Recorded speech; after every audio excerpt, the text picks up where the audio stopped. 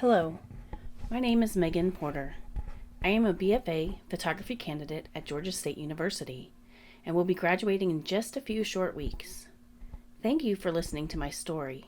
It's about whiteness, about enslavement, and about me figuring out how to be open and honest with my own inherited racism. It's heavy for sure, but I promise worth it.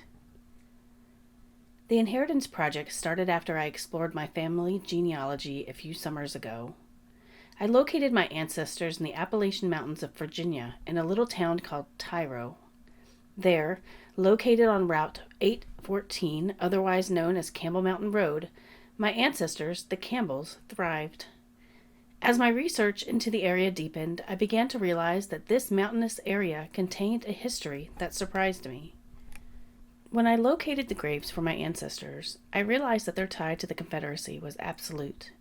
And it was at this moment that I decided to pull historical records and documents to find out more truth.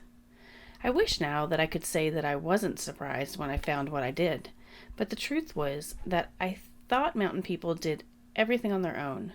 So when I came across records through the 1850 and 1860 slave census showing that my ancestors did indeed enslave black people, I was quite stunned. I mean, I shouldn't have been stunned, right? That's what white people did. But my white people? Yeah, my white people. And I have some of the names for those who were enslaved. A mother, Lucinda, and two children, Kophis and Sarah. And to make matters worse, my family was honored on a Confederate statue still standing today. For a while, I was obsessed with the idea of putting black people back into the Appalachian Mountains to talk about the enslavement there. I read books and studied the data that Wilma A. Dunaway carefully compiled on slavery in the Appalachians. I studied books by Lynn Coffey, a local historian searching for black stories.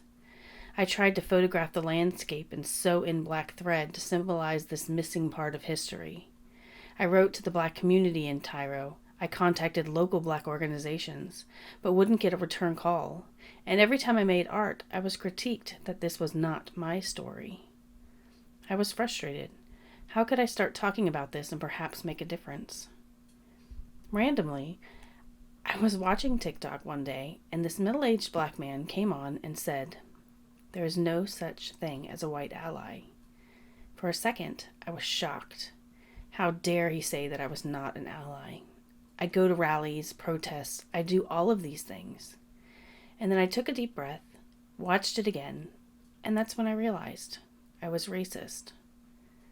I started thinking about my story, about the things I have done to perpetuate whiteness, either by way of not knowing or not participating in the things that will better the world for black and brown people.